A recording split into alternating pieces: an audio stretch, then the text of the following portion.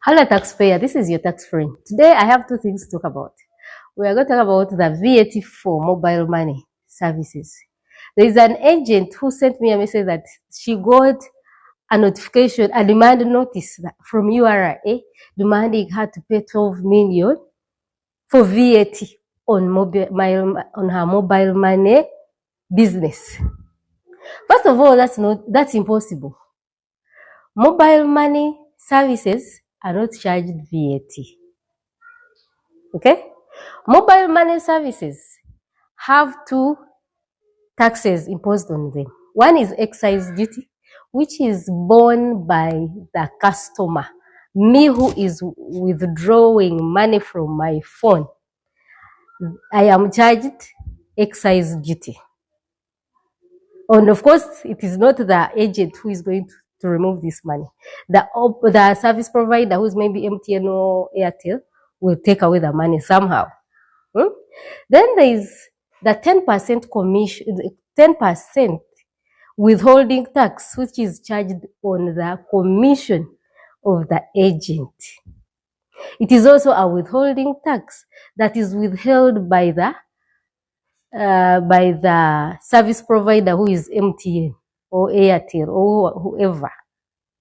So in other words, the agent, there is no way they are going to ask you for tax for mobile money, unless you have other supplies you are making, of course, which I don't know.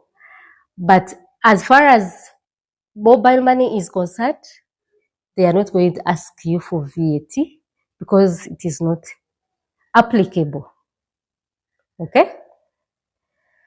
Then another thing is about the local service tax or the local levies, the taxes we pay to the local governments, KCCA, the municipal councils, town councils, local government, etc.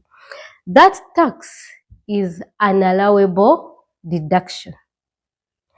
The income tax paid in an income year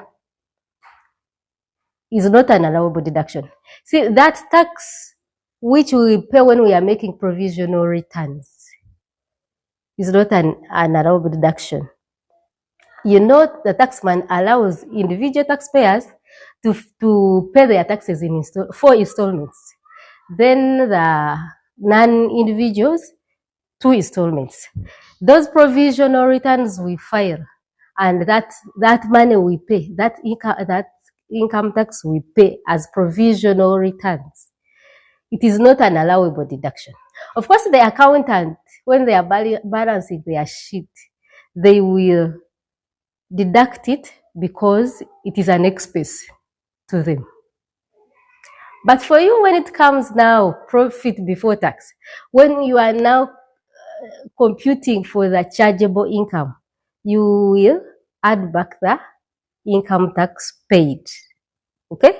It is not an allowable deduction.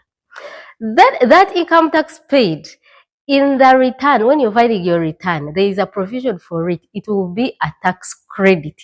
It will be credited in your return. But when you're computing your chargeable income, it is a disallowable, so you add it back. Instead, when you have now added back all the disallowables, and now you're removing the allowable deductions, you add back the income tax paid, then in the allowable deductions, you deduct the local service tax or the local levy. Then you will come up with your chargeable income.